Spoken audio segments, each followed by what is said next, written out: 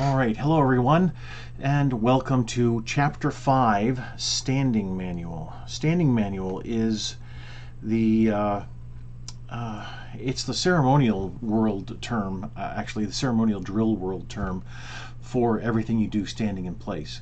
Standing Manual, there are, we have, in the military, we have the manual of arms, where we take the rifle through different positions. There's the manual of the flag staff. There's the manual of the guidon staff. So each one of the movements that we do standing still is technically called a manual. All right, so let's get into this in Chapter 5, and you'll notice that the pictures are a little bit different. There we go, that's better. Okay, that's much better. Alrighty. Sorry, the learning actually never stops for me. So you'll notice that the pictures are different. And I'll tell you what, I'm just going to give you a note on the pictures. And I'll be re-recording all of this that I've done with you because of your excellent feedback that you've given me. I'll be re-recording all of the videos. I'm actually going to go into creating a PowerPoint slides, and I've got a special treat at the end of this. I'm going to be going into PowerPoint slides to create all the training that way, instead of just scrolling through the Word document for the book.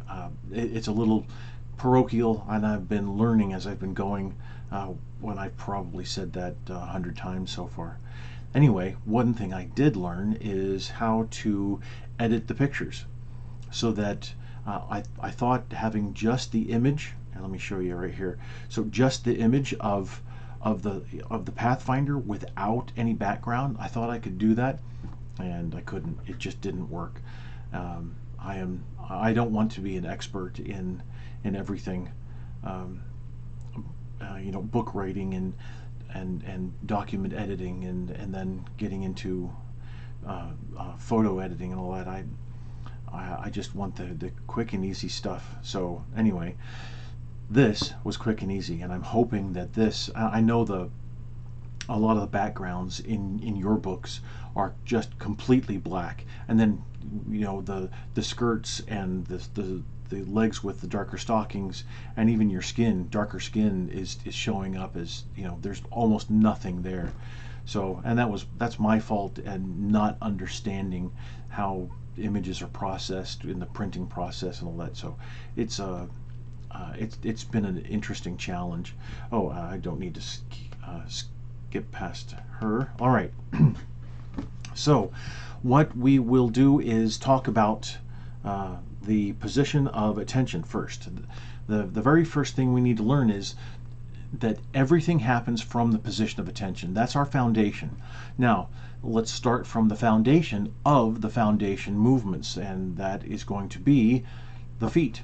So here we have the feet, and we'll get into all of the intricacies in just a few moments as we move on. But what I first wanted to show you is, and I know that the images, not necessarily the picture, but the image inside the picture is slightly at an angle. You can see that her center line here goes up this way, and it's just kind of, I don't know. Anyway, so that's pictures without a tripod, unfortunately, and I don't know how to adjust them.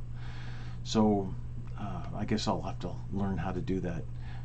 So anyway, the feet are the foundation of the position of attention. Obviously, we're standing on them.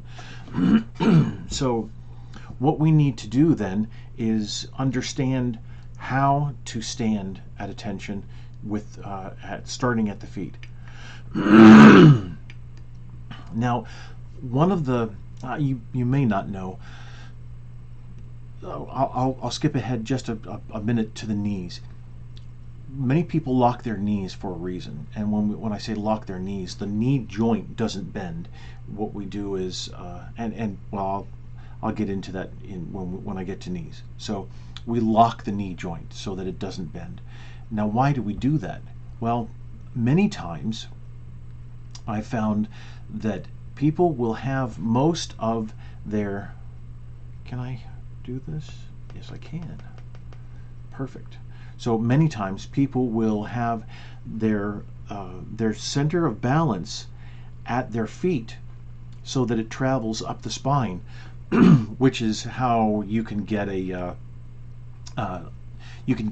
fatigue in your lower back. So what we need to do is, and here's why we lock our knees. So when the center of balance is at the rear of the foot, at the heel, then we tend to kind of lean backwards just a little bit, and any slight motion, then even the wind picking up really could knock us backwards. So what we do to compensate, we lock our knees, which then adds to all kinds of problems up and down the body, and sooner fatigue shows up there. So what we need to do, though, is center the center of balance in between the toe and the heel. So we have it centered not only between the feet side to side. Let me pause and enlarge my cursor. All right, so that's better. So we have our center of balance between the feet right in the middle here, but we also need to have it centered between the toe and the heel. Now if we do that, then we're accepting all of the weight of the body then evenly across the feet, both side to side and front to back. That's exactly what we want. All right, then let's get into the knees. Now, when I was talking about locking the knees, what does that actually mean? Well, it actually means tightening the thigh muscles. Now, many of us, I've come across people who don't know how to lift their kneecap. They've never done it before. And I could actually get in front of the camera. I'm wearing shorts right now, and I could lift my kneecap for you. And I'm not going to do that, but if you stand and lift your kneecap, you're tightening your thigh muscles. So when you tighten those thigh muscles, what are you doing besides lifting your kneecap? Besides locking the knee, it's actually hyperextending the knee joint. We casually call it locking the knees, but it's not necessarily locking. And when we get into the elbows, then I'll tell you about locking. So what do we do by tensing up those muscles in the thigh? We restrict blood flow. So then restricting blood flow then means that the blood isn't able to get back to the head fast enough. And then eventually it starts to pool down below, probably in the lower legs, and then eventually blood's not getting to the head. We feel dizzy. We could vomit right then and there in formation, or we could pass out. That's the ultimate result of hyperextending the knee joints there. So that's definitely what we don't want to do. That hyperextending the knee joint is not going to be good. So here, oh, I see what I've done. Okay, so there, I'll keep the arrow. All right, so here, and I know you can't see the seam of the skirt, but the thumb, then the little crease that you make between your thumb and your index finger, right there, as you cup your hand, that is going to rest right on the seam of the trouser leg, the side seam of the skirt, or it's going to be centered on the thigh. If and I think the skirt has a side seam there, so it'll be centered on the thigh in the least if you don't have a seam there. All right, so then we can move up to the elbow here, and I was talking about the locked knee. Well, here we actually want a locked elbow. Excuse me. Now, I don't mean a hyperextended elbow. What I mean is a locked elbow. So when we start off to march, we're going to have, and I'll use my arm here. So if I there we go. If I hyperextend my elbow, you see how I can turn my elbow out just a bit there. That's hyperextending my elbow. It's extended too far, and it's actually causing stress on my elbow joint. Many people, though, can actually have their arm bend a little backwards, which is kind of strange. Anyway, so what we want, though, we want that slight natural bend. And notice here, our young lady here has a natural bend, but it's going to be, if I were to stand up and just stand at attention, you'd notice that my natural bend is just a little greater than hers.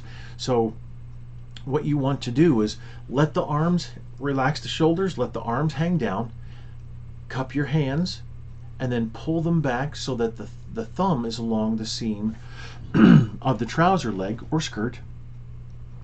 And as long as your arms are relaxed, then you have that natural bend. Now we want the elbow locked in that natural bend when we begin to march, so that as we're swinging our arms back and forth, we're not actually doing this, having the bend come from the elbow. We want this arm swing from the shoulder and not from the elbow. So we lock that arm into place. That's where we want that locked joint, but not hyperextended. All right, then we have our hips are going to be level and then also square to the front. You can see here, square to the front. So we don't want them rotated forward either way, or like the right side higher or the left side higher. Want them nice and square.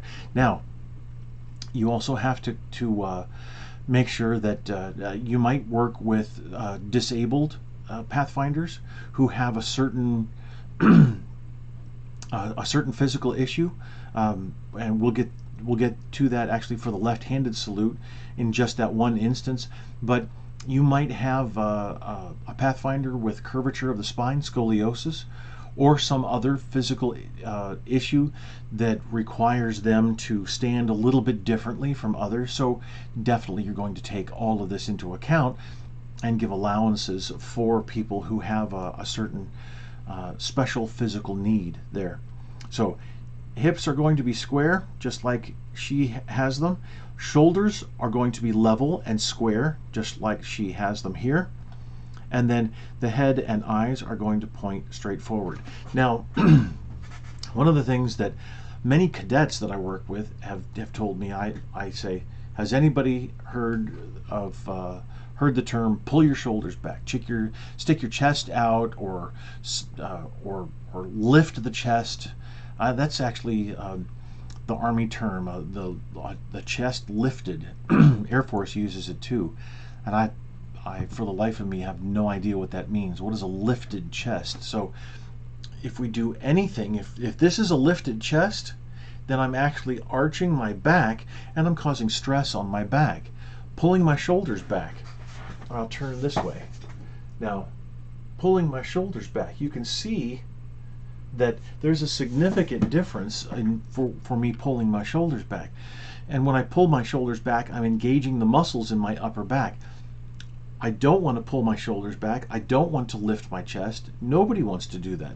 The position of attention is actually a relaxed position. Now, it's not a rest position, but it should be a relaxed position because you might need to stand at that position for an extended period.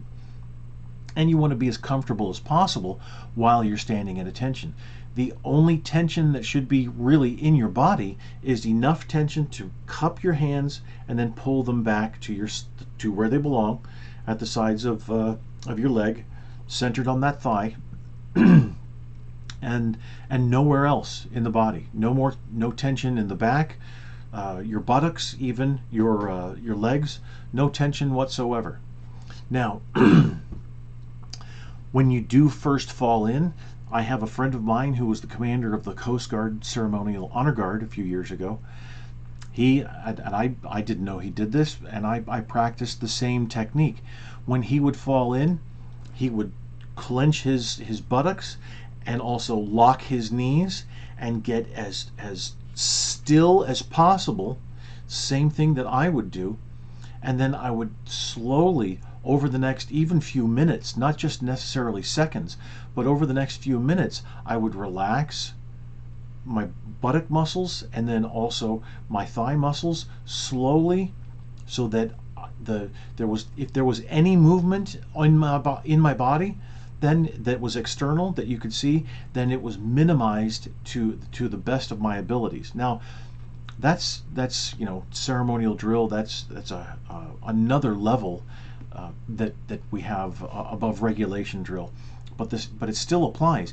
People can lock their knees. They can clench those buttock muscles when they stand at attention for the very first time when they fall in, when they halt even from marching. When you face, you want to be as still as possible. They can do that. It's just that you shouldn't prolong locking your knees or clenching those buttock muscles. All right. So let's move on then here. Excuse me for constantly clearing my throat. There we go. Oh, that's better. Alrighty, so that was healthy body alignment that you can read about there, and I went over that briefly. So feet are going to be at a 45-degree angle, but how do we measure that 45-degree angle? That's one of the things that is an area where we can really define it well. So notice we have a line. We can either use a line on the floor or the ground and then put both of our heels on it. See the heels right here, and that star indicates where the center of balance is usually, and that's where we don't want that. And actually I need to tell you what, I'm going to pause and I will make a change to that picture. All right, I'll make sure that there's the other star is in there to indicate where the center of balance really needs to be and where we don't want it to be. All right, so where the star is though is where this dot is, and then we have both of our heels along this line. We can then draw a line, a pretend line, or you can use one that's on the floor or the ground. We can draw that line straight out, and then we point each toe centered along the 22.5 degree line. Now notice, and then 22.5 plus 22.5 equals 45. That's where we get our 45 degrees. So now notice, this is a 90-degree angle here, all right? And in between is where we want the foot. So you can visually check somebody by, in your mind, thinking line at the back, line coming out, and if I'm looking at somebody's feet on the ground in front of me, line coming out from the center, that foot is too close. Okay, so widen your feet. Now, I won't skip to that, but I'll go back. I'll tell you about the special treat that I have. Since I've been making videos for you, the Pathfinders, I have learned so much, especially with the feedback that you've been giving me, that I created a regulation drill for a training program that uses the PowerPoint slides, and that's why I want to get into PowerPoint for Pathfinders. I've been able to learn so much and understand so much more than when I first started out, which thankfully God's been leading me this way. That what I've done is I've taken the information that I've been teaching you and I've applied it to this other training that I created for military regulation drill, and especially in the standing manual portion, I came across or came up with much more training that I'll briefly go over with you as soon as we get through this chapter. And there's not much more to it, but I wanted to tell you how much I've been able to learn, and then I want to give that back to you as well. All right, so we're going to keep going. Now, knees, definitely we're not going to lock them, and we talked about that. Hips, shoulder, back, and head. Shoulders, back, and head. We talked about that. Now let's talk about the T or the cross. It's a small T, or we can say the cross.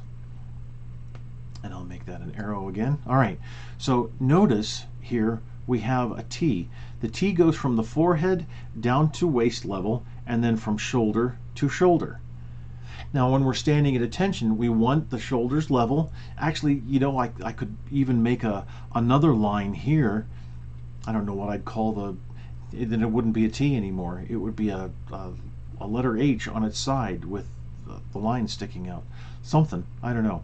Anyway, could have put another line here, and actually that would be a little more precise. So what I want to get to is that when you have this T, when you notice the T form that you have, you'll understand better that your body is aligned straight, and then your shoulders are also level and aligned straight as well. And when you execute facing movements, when you start marching, you don't want to break the T. Now sometimes when people march, they'll start marching and swinging. Actually, they swing their arms from their neck. They're moving their shoulders back and forth. So that again is breaking the T. Even though you really can't tell from the front, it's still breaking the T, because that cross piece there, the horizontal piece, is going back and forth, and you don't want to do that. So it's a good training technique that you can use to help your Pathfinders visualize how to stand at attention, and then also how to keep that form as they move, whether it's facing movements or marching. And then we come to arms and hands. And you have to remember that when you're talking about the hands, you're not going to clench your fist, make a fist. You're going to cup your hand. Making a fist is actually curling your fingers into your palm there, so that it's actually curled, and that's what we don't want. And then usually a fist has the thumb on the side. So that's not what we want. What we want is a cupped hand, then just a cupped, not like this. You need to have the fingers in there, and then and then relaxed. So here's what I was talking about, the elbow. See that natural bend there? That looks great, really good. And we have that relaxed wrist as well. Now see here, this is a wrist in ulnar extension. The ulna is, well, I was told by a friend of mine, this is called ulnar extension. There's an ulnar muscle, I guess, so that you're extending that muscle. We'll just leave it at that. So what you don't want to do is point your thumb down, just like he's doing here. Don't want that. We want a nice relaxed wrist, neutral wrist. And see how my wrist is neutral here? Don't want to bend it in, don't want to bend it out. And then here, we don't want to bend it with that ulnar extension there, or ulnar flexion, sorry, or we don't want to rock it so that the thumb is up. And I can't actually move mine all that well that way. So that's the proper way to stand at attention, to where you're in a rest position. And then we'll get into parade rest. Now I have a longer and shorter, there we go, longer and shorter torsos here, and I did this for a reason, just to make sure that and there's not a huge difference between them, but there is some difference. Notice how his hands cross, but hers barely cross. That's going to happen. It just depends on your torso length. So the length from the shoulder to the hip is going to directly relate as to how your hands cross. I'm even taller than both of these two put together, practically, but the ratio between my shoulder and waist then gives me a much bigger cross in my hands. So there's a slight, hardly at all cross there, and then there's a little bit of a greater cross. And notice her forearms are almost horizontal, where there's a little bit of an angle here. And then also notice that the elbows aren't pointed forward, and they're definitely not chicken wing backwards there. All right. Oh, and one of the biggest things, make my arrow again, the feet are 10 inches apart, and that's measured from the inside heel to the inside heel. 10 inches apart for that. Now the prayer standard, I prayer attention. It's still called that. I know that, and the Southeastern Convention then is going to hopefully revolutionize the Pathfinder world. I really hope it starts to flow out from all of you. Prayer attention doesn't make sense to me, and it's good coming as an outsider having no knowledge of Pathfinders at all. I understand that it might make sense to Pathfinders, but when you are talking about the position of attention, and then going to the position of parade rest, and then going to prayer attention. So are we at attention? Are we at parade rest, or are we at something else? So it just seemed logical to me that prayer attention really needs to be changed. So going to just saying prayer at while you're at the position of parade rest, just really it just makes sense to me. All right, then we have there. We have here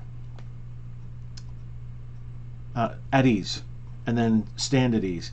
Now, what you at ease is just a relaxed position.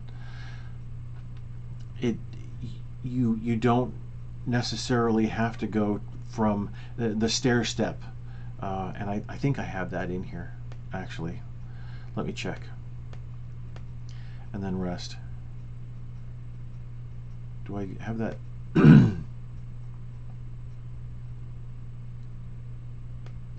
Okay, so there. Let's just go. We'll go for. Here we go. Yeah, that's it. All right, so you do not call the following commands in succession: parade rest. See here, parade rest, stand at ease, rest, as if there's some sort of step ladder that must be ascended and descended. It just doesn't work that way at all. And I've explained it thoroughly with each one of these paragraphs. So at ease, obviously, you can give that at any time. It's not a problem. And then on the preparatory for attention, you go to parade rest. And then stand at ease is just parade rest with your head following whoever is speaking. And that's actually a great position, a great teaching position. It works quite well. Stand at ease for the ceremonial world is entirely different, but that's okay. So then we have rest, and rest is at ease is going to be no talking. You can relax, you can scratch, you can move. Right foot has to stay in place. For rest, it's the same thing, only you can talk in low tones, but still the right foot then stays in place. And then on the preparatory command for attention, you assume parade rest, and you don't go to anything else. It's once you're at rest, then you go to attention. You don't go to at ease, and then up from there. So you don't stair step down, you don't stair step up, none of that. Just please follow the information that's in each one of those paragraphs. All right, so the salute. Here's the salute for somebody without glasses, and then somebody with glasses, and then and we'll get into just a minute. So when you have your beret on, obviously it's along your head. It's just a strap here for your head, and then it's up here. It doesn't have a bill, so you're fine as far as saluting. So you're gonna put the L right here of these two fingers. You're gonna put that right at the corner of your eyebrow.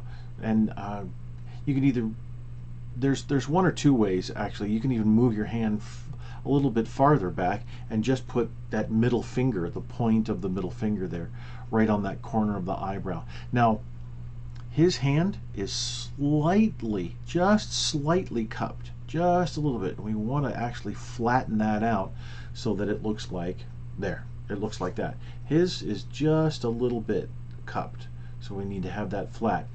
And then you want to have neutral wrist and have that this is the line that you want, a nice straight line here. You don't want bent or flexed like this. I've seen this, definitely, and I've seen this. And that's what he has. He has a little bit of an arch here. Now, also he has, and I actually talked about this with him. My fingers do it just a little bit, but you see the dip in my fingers here. Now, I know that I can do that. So what I want to do is flatten my fingers out. Obviously, you know, the same people who can hyperextend their elbow so it practically bends backwards can do the same thing with their fingers, usually. And so we don't want that huge dip. They need to gain that muscle memory then to keep the fingers extended and joined, but straight. All right, now the left-handed salute. I've been told by several people, and when I tell them that it's incorrect, they get angry with me and walk off, or they send me nasty messages. Left-handed salute is not disrespectful, and I don't know where it comes from, but if somebody's right arm is incapacitated, or as this individual, the right arm is engaged in something and not just carrying books. You know, if you carry something, you don't salute with your left hand. That doesn't work. You carry with your left, you salute with your right. However, he has to have, excuse me, has to have that crutch in his right hand. So in this case, it's a command decision for me, and I honestly think it works for the Pathfinder world, where he can render a hand salute with his left hand, and others who are like him. Excuse me. All right, so and if somebody is in a wheelchair, and they can use their right hand to salute. But if their right arm is incapacitated in some way due to some sort of physical disability, and they can salute with their left hand, by all means, absolutely have them salute with their left hand. Now, or should they render the proper? See, I can actually do mirror here with my salutes, and I've got, you know, both hands nice and straight. It's still a proper salute, either hand I use. So ensure that even with the left hand salute, make sure that we don't see the palm, and we don't want this. We want just the hand slightly turned forward. Now he has a little bit of a kind of an L shape here with his knuckles. Now, if that's part of a physical issue that he has, fine. It's not a big deal. Allowing people to be involved with Pathfinders, no matter what, it's similar to junior ROTC cadets. The kids come from all over the place, from all walks of life, with disabilities and without, and they're part of a program. It's a good gang to be in. It really is. And Pathfinders is the same way. So it's about involvement. It's really good. All right, and I asked him to do this because I thought it would be perfect to have him just screw around and here, give me a really rotten salute. He did it. Click. It was perfect. So this is what we don't want. We don't want this arced arm here. It just looks bad, and it's not appropriate. Alrighty. So we have here's our reporting, using a reporting statement, and oh, that's why I included or included it. All right, so if I'm coming up to you and I'm going to report to you, you say, Mr. Marshall, front and center. I come up and I say, ma'am, reported as ordered. Now I salute. When I finish my reporting statement, ma'am, reporting as ordered. That's when you, obviously there's men and women watching, but I use the term ma'am. Sir, ma'am, reporting is ordered. When I finish the word ordered, then you're going to render your hand salute and we both drop at the same time. You don't stand there with your hand at a salute the entire time that I'm talking. That you're standing at attention and you hear, sir, reporting is ordered. All right, here's what I want you to do. That's what you do. Salute, drop that salute, and then tell me whatever it is needs to happen. When it's finished, when you're finished, then you say, all right, dismissed. And or return to the, probably not dismissed, but all right, return to the formation. Thank you, sir. I salute and say, thank you, sir, thank you, ma'am. And then you render that salute after my statement, drop your salute, and then I go back into the formation. All right. And this has here dismiss the club.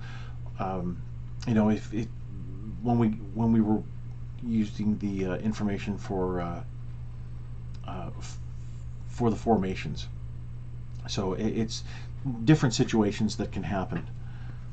So and then saluting while walking within 6 feet, 6 paces, not necessarily 6 feet, but 6 paces in front of.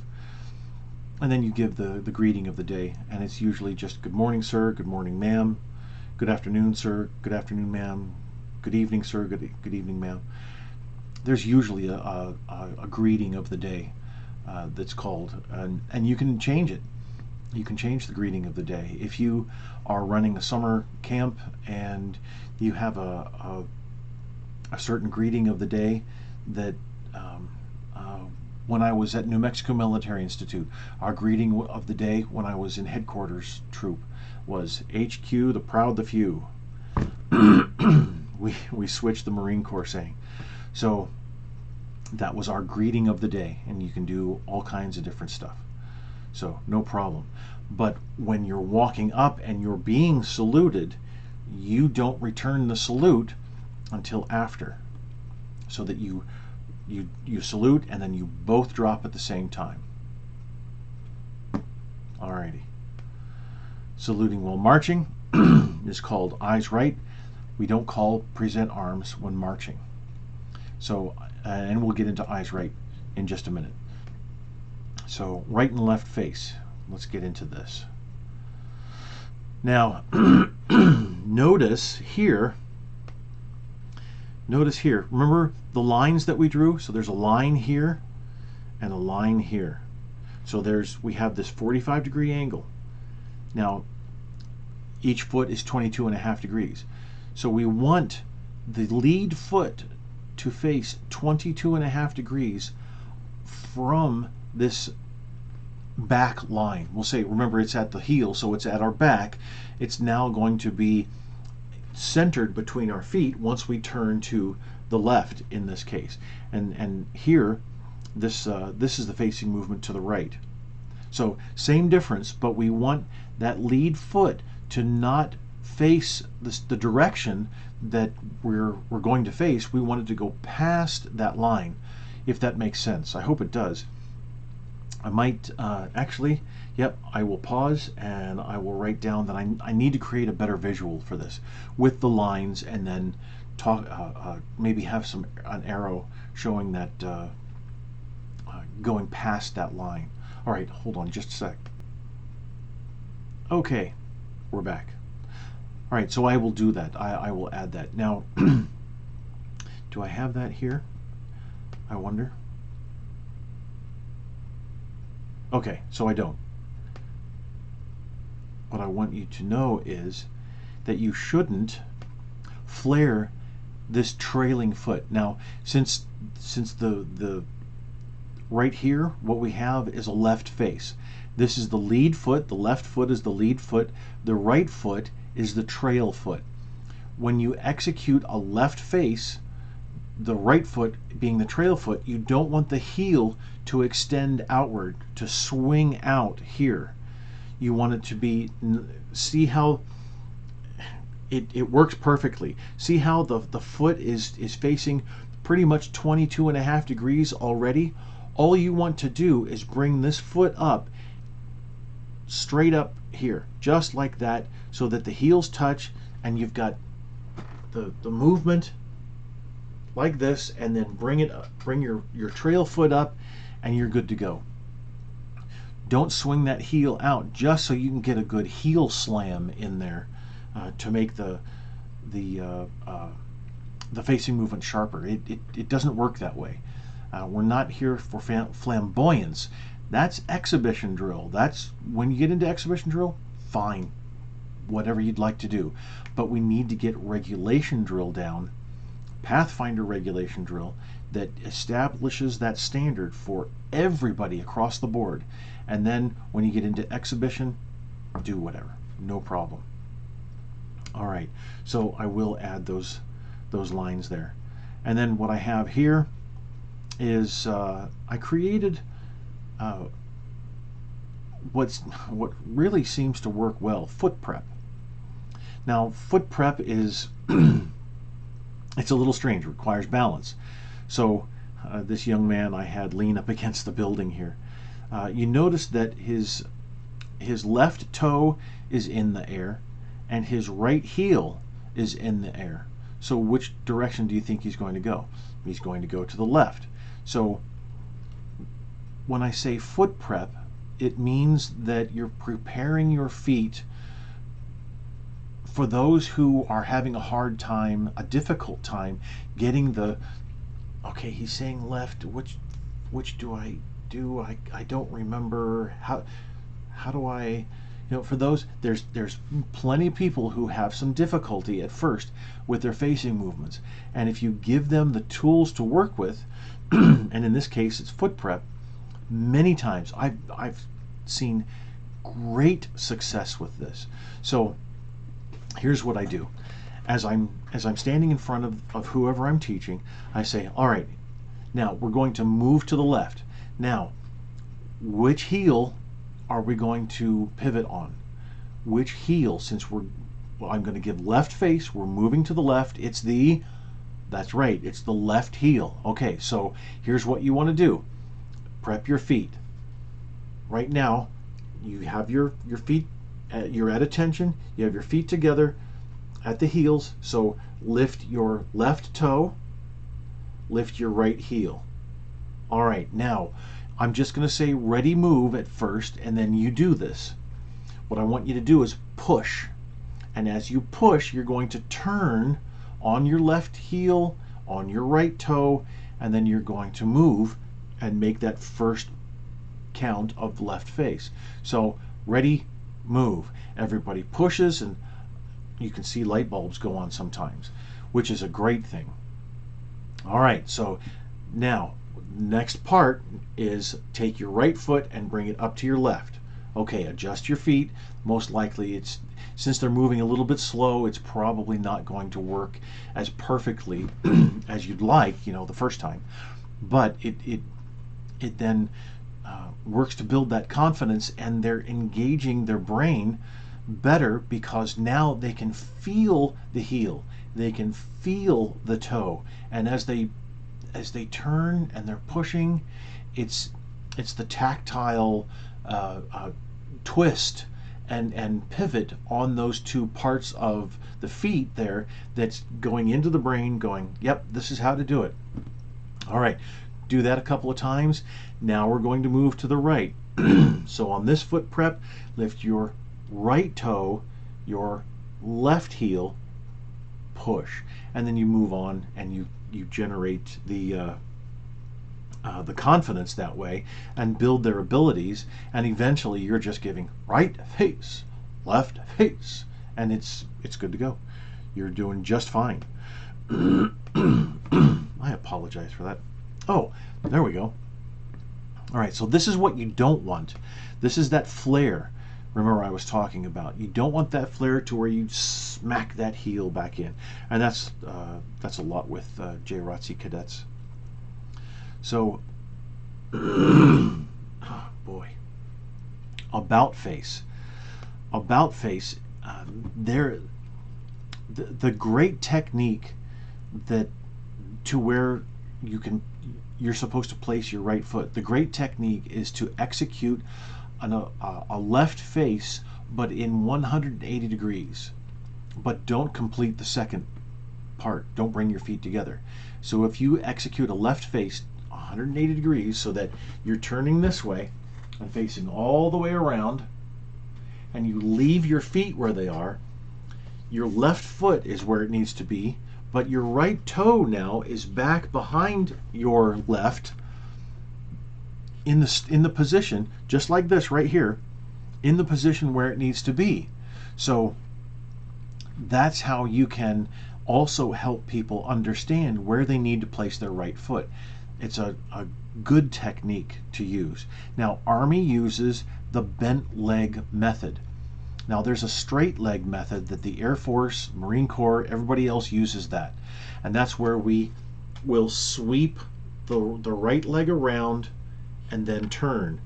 And the sweeping motion isn't dragging the right toe on the ground. It's just lifting up the right foot just enough, but we keep the right knee locked the whole time. Not hyperextended, but locked, so that we can execute that movement. It's a little sharper, but the Army is the direct method. All right, so, and that's what we have here. Let me bring this, there we go. There, that's a little easier to see. All right, so see, this is what everybody else does. Bring that right foot around without bending the knee, but the Army uses the direct method. You just place the right foot back here, but only on the platform, and the platform is the ball of the foot and everything forward. So the knuckle that is behind right here, these knuckles here, this is, if you wanted for instance, this is the ball of the hand here, and then on that knuckle on your feet, then it's the ball of the foot and all of your toes. So you place that on the marching surface, not necessarily the ground, and then you execute that turn on the left heel and the right toe. We say toe, but we're not on point as if we're in ballet.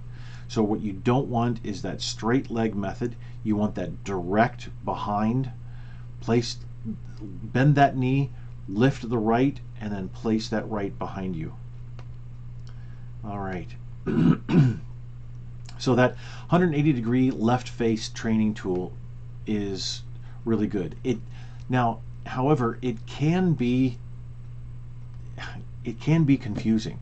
When I've used the 180 degree training tool, I've taught it to people who are going to possibly use it to train others, and maybe out of a platoon of say 20, maybe 3 or 4 just don't get it. Why on earth am I using something that isn't a facing movement? Well, okay, so if you don't understand it, then by all means don't use it.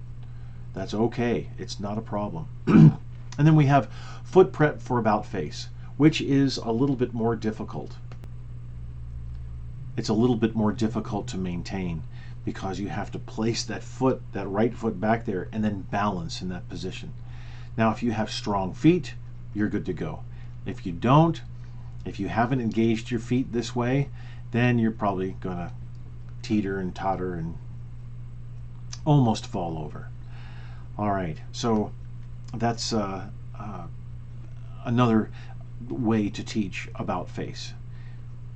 All right, I tried to come up with facing movements that are easier for the people who just can't execute the pivots, if they've had knee surgery or something like that, or even hip surgery. So it's a modified facing movement. It's actually a ceremonial facing movement. So if you can, if whoever needs a modified facing movement, this is really, it's just to give you an idea.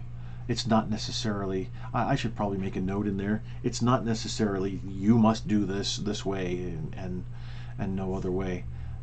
If people have a physical issue, then they just do the best they can.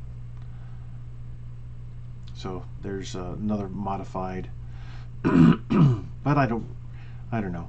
Maybe I should just, I tell you what, I will do that. I will.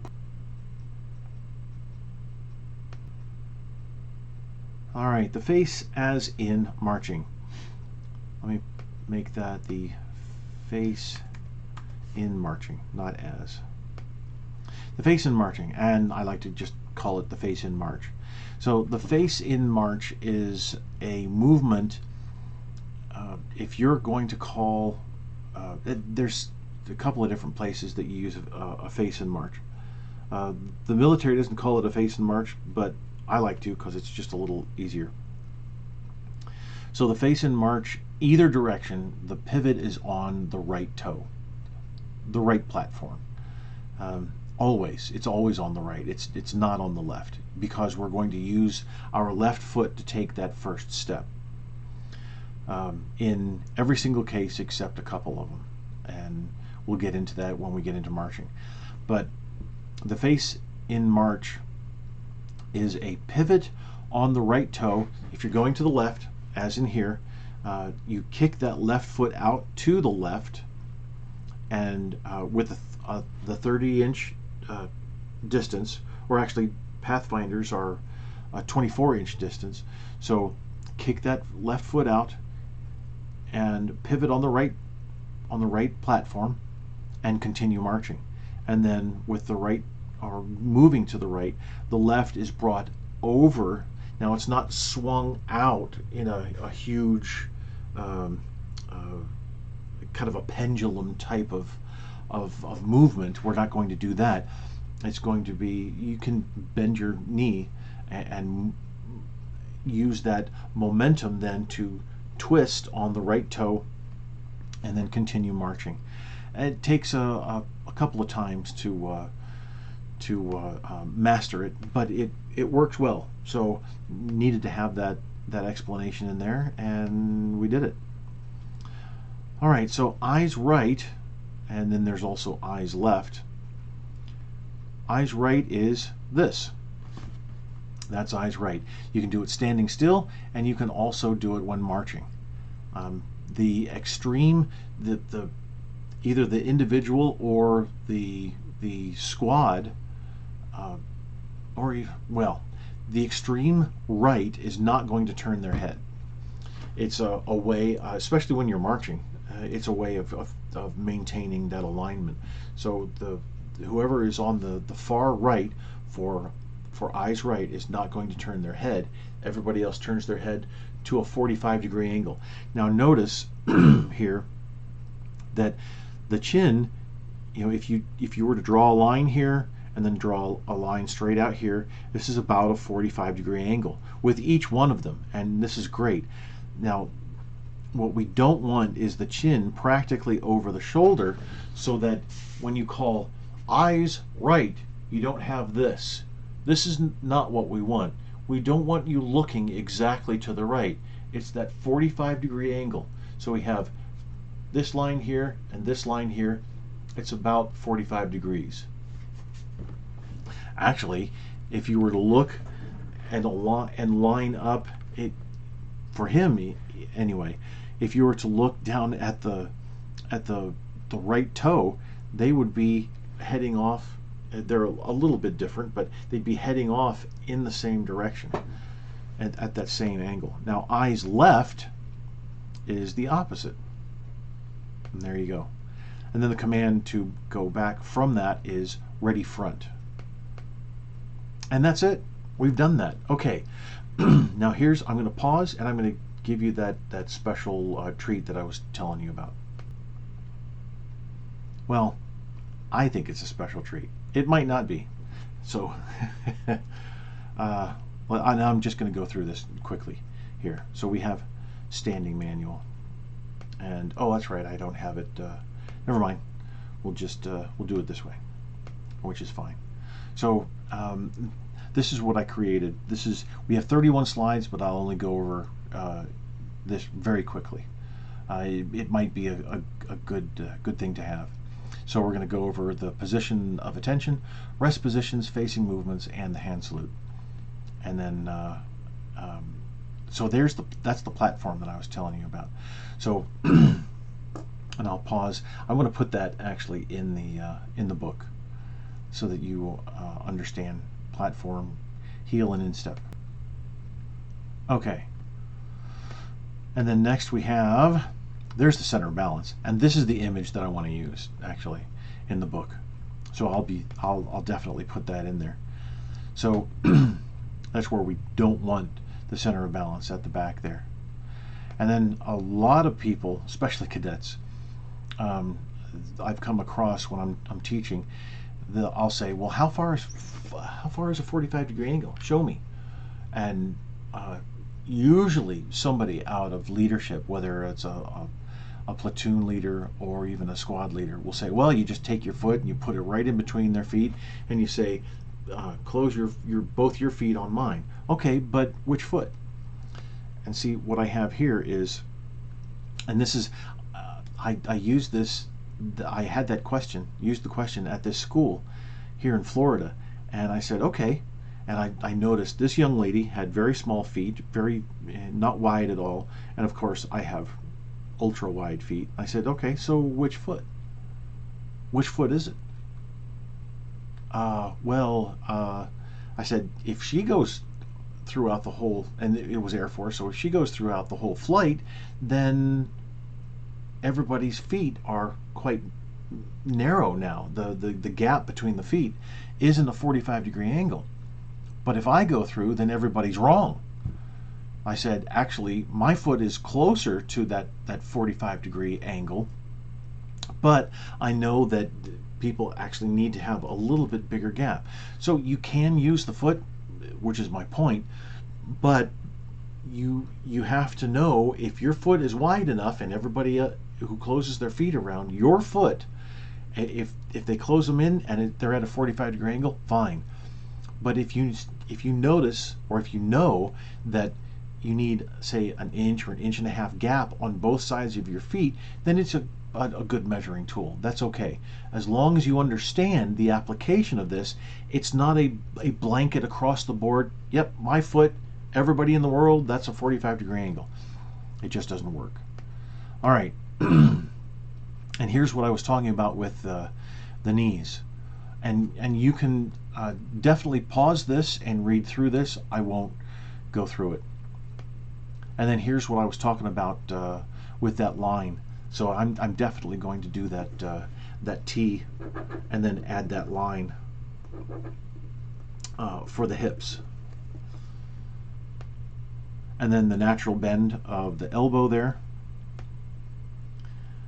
And then one thing that I didn't mention in the training, in the Pathfinder training that I was just doing, is that let me get arrow here. You have that natural angle here and a neutral wrist. See the right centered on the thigh. Perfect. But all of the knuckles need to be along the thigh. So, and I will write that down as well. Some people actually have, they'll pinch their trouser legs, and then they'll just kind of, lazily have their hands fly out like that, so that the pinkies are sticking out somewhere. You need to have all of your knuckles along your thigh, and that's the proper position. And then we went over the T, and that was good. So rest positions.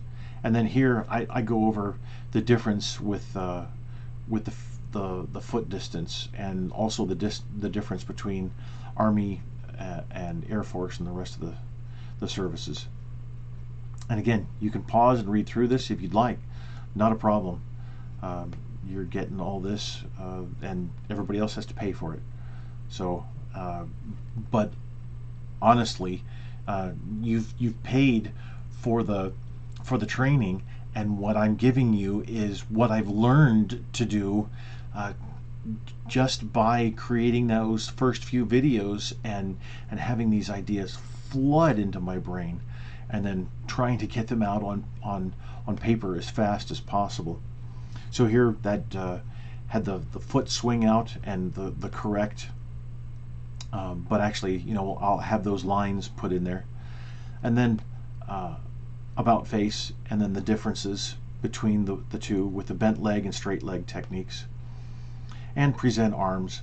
One of the things about the Army is that we have Army and Air Force has the elbow slightly in front of the torso, whereas the Marine Corps, Navy, and Coast Guard have the elbow in line with the torso. So, and I'll put that in there as well. All right, see, it's good for me to do this. It really is good, and I hope that this is also helping you learn. Now, I found this online, this image. Notice the T here. Notice he's got his right shoulder lifted just slightly. It's more uniform. The uniform blouse is being lifted up just a bit, but also it's his shoulder just a bit, and then he's got his head tilted over. So it's and since there's a uniform, I'm not using this for Pathfinders, but I just wanted to give you an example, and actually I might take a picture of myself, or get a picture of a Pathfinder and have them tilt their head, because it's good to know the correct way, but it's also good to know that there, not every single variation, but that there are variations and what to do to correct those variations. So I've come across this before, where the head is angled towards the hand, and so what I'll do is I'll say, all right, leave your hand where it is, and then what I've done is I've taken my fingers and I've pushed. And sometimes it's difficult because this is muscle memory. I've been doing this, you know, for however long I've been able to salute, and so I always go to this angle, or even, you know, a rotation and an angle, or whatever it is. So I push back, straighten up, okay, and I'll even, you know, do this as well if I need to, and then I'll say, all right, if their hand hasn't traveled with their head, then I'll say, okay, take your hand, then place it back in, and it works. It works well. And then this is Marine Corps, Navy, Coast Guard, and, you know, I also teach first responders, so I wanted to have them represented a little bit there. And then, if you wanted to know, here's the origin of the salute. Lifting the visor, showing that there's no weapon in your hand.